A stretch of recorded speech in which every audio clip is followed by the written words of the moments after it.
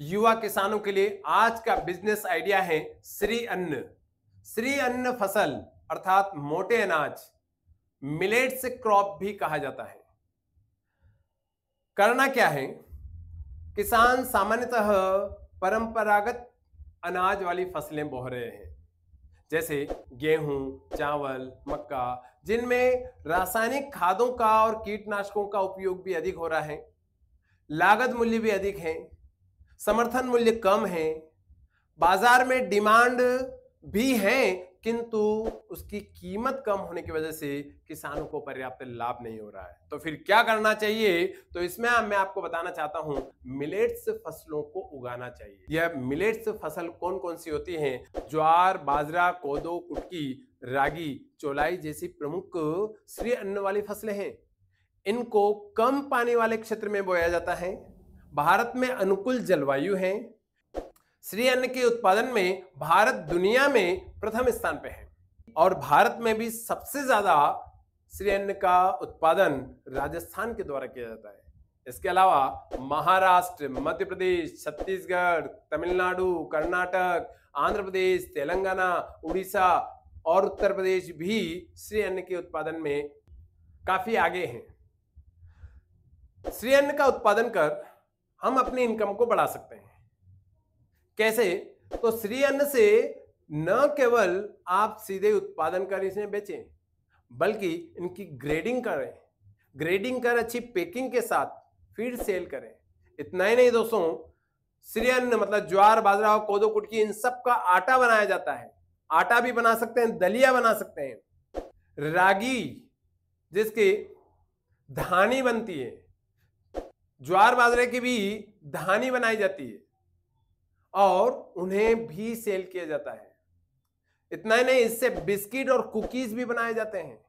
यहां तक कि शहद या गुड़ के साथ में मिक्स करके इनसे पट्टी भी बनाकर मार्केट में सेल की जाती है। जी हां दोस्तों, आप थोड़ा सा मार्केट सर्च कीजिए, आप देखेंगे कि इसी श्री अन्न की डिमांड निरंतर बढ़ती जा रही है। भारत सरकार के यदि आंकड़े देखें तो वर्ष 2024 में श्री अन्न का निर्यात निरंतर बढ़ता जा रहा है और आज भारत लगभग 621 करोड़ रुपए का श्री अन्न का निर्यात कर रहा है। भारत में भी श्री अन्न की डिमांड ज्यादा है। हालांकि श्री अन्न में फाइबर अधिक होता है, इस कारण यह स्वास्थ्य के लिए ज्यादा अनुकूल है। इसमें कई प्रकार के मिनरल्स और प्रोटीन्स विद्यमान हैं, स्वास्थ्य के लिए ज्यादा अनुकूल हैं। अतः इसकी डिमांड तो निरंतर आगे बढ़ना ही है। यदि किसान थोड़ा प्रोफेशनली तरीके से अपने प्रोडक्ट बनाना शुरू करे तो निश्चित ही बहुत अच्छा प्रॉफिट कमा सकता है। मध्य प्रदेश सरकार के द्वारा तो यहां तक घोषणा कर दी गई है कि जो भी एग्रो इंडस्ट्री में निवेश करेगा या फूड प्रोसेसिंग इंडस्ट्री में निवेश करेगा, और सीधे तरीके से बात करें कि यदि आप श्री अन्न से नए प्रोडक्ट बनाकर आप इसको सेल करेंगे तो प्रोडक्ट बनाने के लिए आपको निवेश करना होगा और उसमें 50% की सब्सिडी मध्य प्रदेश सरकार देने जा रही है। मतलब आपका निवेश का आधा पैसा मध्य प्रदेश सरकार के द्वारा दिया जा रहा है। तो फिर आपको इस प्रकार की फूड प्रोसेसिंग इंडस्ट्री एस्टेब्लिश कर अच्छी पैकिंग के साथ अच्छे ब्रांड बनाकर उसे हमें सेल करना चाहिए। दोस्तों इतना ही नहीं, मध्य प्रदेश सरकार ने एक और जबरदस्त घोषणा की है कि जो एग्रो इंडस्ट्री में या फूड प्रोसेसिंग इंडस्ट्री में निवेश करेगा उसमें लगने वाले श्रमिकों के वेतन में महिला श्रमिकों को 6,000 और पुरुष श्रमिकों को 5,000 रुपए मध्य प्रदेश सरकार की ओर से दिया जाएगा। इसका अर्थ यह हुआ कि आपके ऊपर वेतन का जो बोझ आने वाला है वो स्वतः कम हो जाएगा। इस प्रकार से आप एक अच्छे प्रॉफिट के साथ में अपना बिजनेस शुरू कर सकते हैं। आप श्री अन्न फसल को बोने के साथ यदि अच्छे बिजनेस की प्लानिंग करते हैं तो उस प्लानिंग के साथ में आप सक्सेसफुली बिजनेस क्रिएट कर सकते हैं। जी हां दोस्तों, अब समय है बिजनेस करने का। कृषि कार्य कीजिए, वो आपका रॉ मटेरियल तैयार करने वाली फैक्ट्री है। खेत आपके लिए फैक्ट्री है जो आपका रॉ मटेरियल तैयार करके दे रही है, लेकिन आप इसे सीधे मंडी में बेचेंगे तो बहुत कम पैसा आएगा। ध्यान रखिएगा, लेकिन इन्हीं को आप अच्छे प्रोडक्ट बनाकर बाजार में बेचेंगे। अब कैसे बेचना है, तो ऑनलाइन पर बेच सकते हैं। आप ऑनलाइन पर सर्च कर सकते हैं बायर को।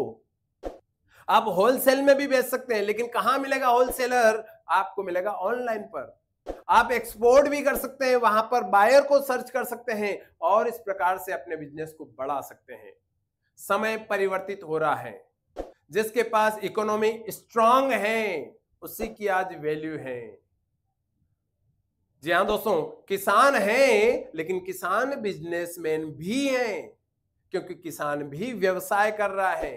कृषि को उद्योग का दर्जा देने की आवश्यकता है, हमें मांग करनी पड़ेगी और इसके लिए आप पहले उत्पादन करो और उसी कृषि के साथ में अपने उद्योगों को जोड़ो, तो निश्चित ही कृषि को भी उद्योग का एक दर्जा मिलेगा। तो उसके साथ ही हमारे किसानों की वैल्यू, जो समाज के अंदर वैल्यू जो है, आज सामान्यतः किसान को किसान कहा जाता है, उसको बिजनेसमैन के रूप में नहीं देखा जाता है, उसको व्यवसायी के रूप में नहीं देखते हैं। लेकिन जिस दिन से हम कृषि को व्यवसाय के साथ जोड़ देंगे, हम खुद अपने आप को बिजनेसमैन या व्यापारी के रूप में देखने लगेंगे, एक व्यवसायी के रूप में देखने लगेंगे, एक एंटरप्रेन्योर के रूप में देखने लगेंगे, तब से किसानों का वैल्यू हर व्यक्ति के दिमाग में बढ़ेगी। क्योंकि आज किसान को सामान्य व्यक्ति के रूप में लोग देखते हैं। व्यापारी आपको मंडी में जाते हैं तो ज्यादा आपको तवज्जो नहीं देता है, आपके माल को पांव में निकाल देता है, थोड़ा बहुत माल तो ऐसे ही वेस्ट कर देता है, क्योंकि आप उसके सामने बेचने जा रहे हो। तो करना क्या है, आपको अपने माल, अपना जो प्रोडक्ट है, अपनी जो फसल है, उसकी वैल्यू खुद को ही निर्धारित करनी है। और इसके लिए आप कर ये सकते हैं कि उन्हें फूड प्रोसेसिंग या एग्रो प्रोसेसिंग इंडस्ट्री के तहत उनकी अच्छी पैकेजिंग के साथ में सेल करना शुरू कर सकते हैं। इसी प्रकार के बिजनेस आइडिया देखने के लिए मेरे इस चैनल को सब्सक्राइब कर सकते हैं। अगले वीडियो तक के लिए जय हिंद, जय भारत।